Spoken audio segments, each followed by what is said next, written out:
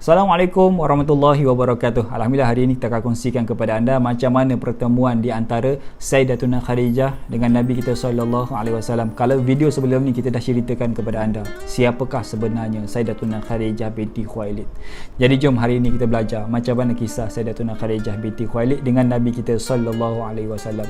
Jadi bila mana Nabi meningkat usia menjadi dewasa, Nabi dah macam-macam perniagaan. Dah macam-macam tempat Nabi pergi bersama dengan ayah saudara dia Abu Talib.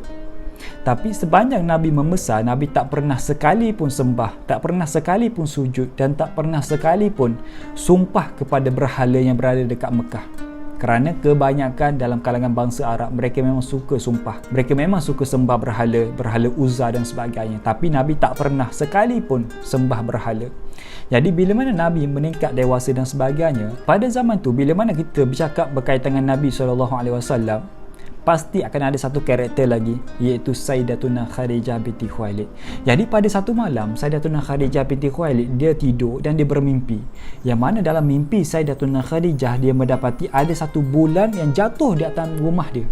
Bayangkan satu bulan yang jatuh dalam rumah dia, kemudian rumah dia bercahaya, sangat bercahaya. Terjaga dia, maka esokkan pagi dia terus pergi mencari sepupu dia, Waraqah ibn Naufal, dan diceritakan kepada Waraqah ibn Naufal apa yang berlaku kepada dia.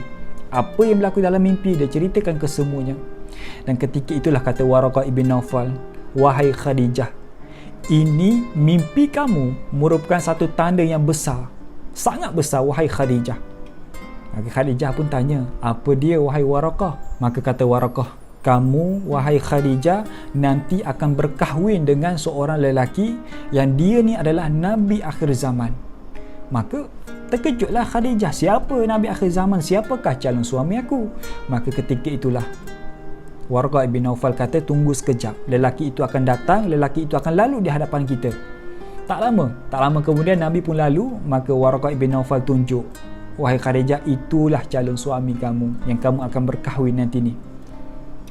Maka ketika itulah bila mana Sayyidatuna Khadijah memandang Nabi, melihat Nabi, ketika itulah bermula daripada situlah Sayyidatuna Khadijah menaruh hati kepada Nabi kita sallallahu alaihi wasallam, menaruh hati kepada Nabi kita sallallahu alaihi wasallam. Maka dia fikir daripada hari ke hari dia fikir macam mana nak ada connection, macam mana nak ada, macam nak mulakan hubungan, nak mulakan percakapan dengan Nabi kita sallallahu alaihi wasallam. Dia tunggu Nabi tak datang-datang. Kenapa? Sebab ketika itu masyhur dalam kalangan bangsa Arab Mekah, bila mana mereka nak mulakan perniagaan ataupun nak kembangkan perniagaan mereka, mereka akan pergi jumpa dengan Sayyidatuna Khadijah untuk minta pinjaman, untuk minta bantuan, minta pinjaman dan sebagainya.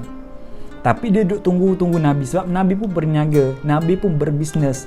Maka ditunggulah Nabi datang, tapi tak datang-datang juga. Maka suatu hari bila mana Abu Talib sedang bercakap dengan Nabi, kerana Abu Talib ayah saudara Nabi, mereka ni memang selalu berniaga bersama.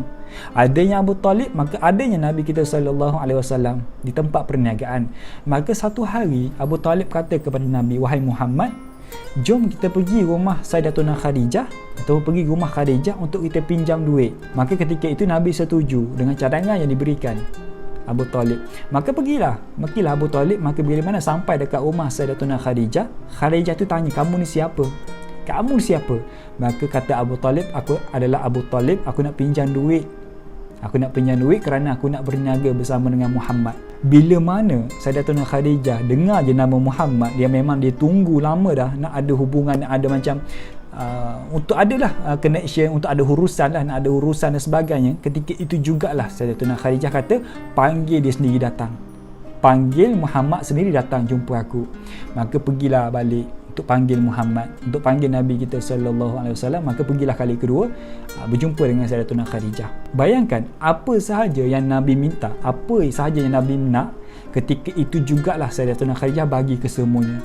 Kenderaan yang terbaik, hasil dagangan yang terbaik, dan tak cukup dengan itu, Sayyidatuna Khadijah bagi juga kepada Nabi kita seorang hamba, seorang pembantu. Yang pembantu ini, yang hamba ini adalah hamba yang terbaik dalam kalangan Sayyidatuna Khadijah yang ada. Dia bagi kepada Nabi untuk jadi pembantu sepanjang perjalanan perniagaan Nabi kita sallallahu alaihi wasallam. Tapi sebelum Sayyidatuna Khadijah membenarkan pembantu yang bernama Maisarah lelaki ni untuk pergi ikut Nabi. Dia dah pesan siap-siap, wahai Maisarah, bila mana kamu bersama dengan Muhammad, aku nak kamu perhatikan dia. Tengok apa yang dia buat, nanti kamu balik ceritakan kepada aku. Lebih kurang menjadi spy lah. Maka pergilah Maisarah lelaki ni bersama dengan Nabi kita SAW pergi ke satu negara antara Syam dan sebagainya untuk berniaga. Maka macam-macam benda yang Maisarah melihat, keajaiban yang berlaku kepada Muhammad. Bayangkan bila mana sampai dekat kota Mekah, Maisarah ceritakan kepada Sayyidatuna Khadijah, sesungguhnya hasil jualan kita untung berlipat kali ganda disebabkan Muhammad. Muhammad seorang yang pandai berniaga. Ya betul, Nabi kita adalah manusia yang pandai berniaga. Dia berniaga betul-betul. Dia buat sedekah betul-betul. Berniaga betul-betul. Bersedekah betul-betul. Jadi Nabi berjaya berniaga dan dapat untung yang sangat luar biasa. Dan Maisarah puji cara niaga Nabi. Dia kata Muhammad berniaga dengan sangat baik. Ramai masyarakat yang suka cara Muhammad berniaga. Maka berbunga-bungalah hati Sayyidatuna Khadijah bila mana dengar. Tak cukup dengan itu, Maisarah cerita lagi kepada Sayyidatuna Khadijah, wahai tuan aku, ketika mana kami dalam perjalanan, kami berehat sekejap, maka aku berteduh di satu pokok yang dahan pokok bayangan dia menutupi aku. Tapi bila mana Muhammad datang ke pokok itu, bayangkan bayang pokok tu yang tengah aku duduk tiba-tiba beralih kepada Muhammad bila mana Muhammad sampai kat pokok tu. Dan aku tengok juga, wahai tuan aku, ketika mana kami berjalan, aku selalu je perhati ada satu awan yang selalu je ikut dekat mana Nabi pergi, dekat mana Muhammad pergi, maka awan itu akan ikut. Selalu je memberi teduhan kepada Muhammad. Maka bermula dari situlah hati Sayyidatuna Khadijah makin berbuak-buak, cinta dia makin besar, suka dia kepada Nabi makin kuat.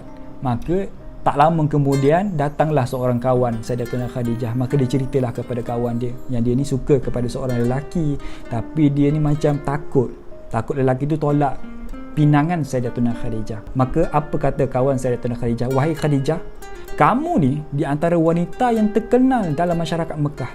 Ramai di antara pembesar, ramai di antara orang bangsawan, orang kaya, jutawan, menteri yang nak meminang kamu, dan kesemua kamu tolak dengan senang, dengan mudah. Cuba bagi tahu siapakah lelaki itu. Aku yakin lelaki itu akan terima kamu, wahai Khadijah. Maka bila mana dia berbisik kepada kawan dia yang lelaki yang aku nak itu adalah Muhammad, ketika itu jugalah kata kawan dia, pilihan kamu adalah pilihan yang baik, wahai Khadijah. Meskipun Muhammad tidak kaya, meskipun Muhammad bukan dalam keluarga yang kaya seperti kamu, tetapi Muhammad dia kaya akhlak, dia kaya dengan perangai. Ramai dalam kalangan masyarakat kita yang mengenali kebaikan Muhammad, perilaku Muhammad, tutur kata Muhammad dengan sangat baik. Bahkan kita menggelarkan Muhammad sebagai Al-Amin dan sebagainya. Maka tak lama dia pergilah jumpa Abu Talib dan dia bagi tahulah hasrat daripada Sayyidatuna Khadijah. Maka Abu Talib kata, sekejap, aku tanya tuan punya badan. Maka Nabi setuju.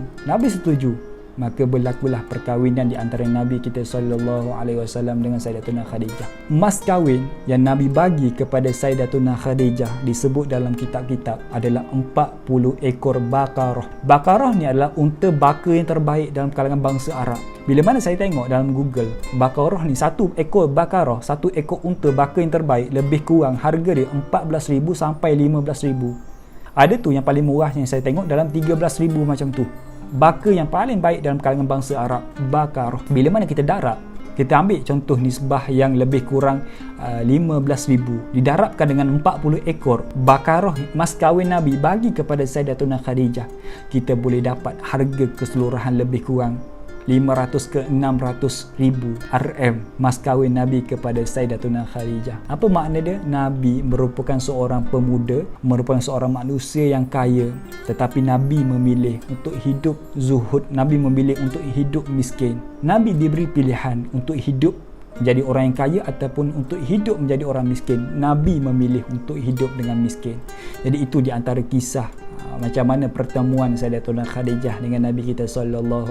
Rugi kalau kita tak tahu macam mana pertemuan, kan, macam mana boleh berjumpanya Nabi kita dengan Sayyidatuna Khadijah. Ni Nabi kita ni, kita kena tahulah macam mana boleh bertemu Nabi kita dengan isteri yang pertama, Sayyidatuna Khadijah binti Khuwailid. Jadi itu di antara video kita kali ini. Semoga video kita kali ini memberi manfaat kepada anda semua dan anda juga dapat manfaat daripada video ni dan boleh kongsikan kepada orang lain juga. Anda kata anda ni ada cadangan ke, ada suggestion ke, boleh drop dekat komen bawah, nanti saya akan pilih. Okey, jangan pula bagi cadangan yang saya dah buat video tu. Tengok dulu video dekat YouTube saya, adakah cadangan yang anda nak bagi tu saya dah buat ataupun belum video tu. Kalau belum, boleh bagi cadangan. Kalau sudah, jangan bagi pula. Assalamualaikum.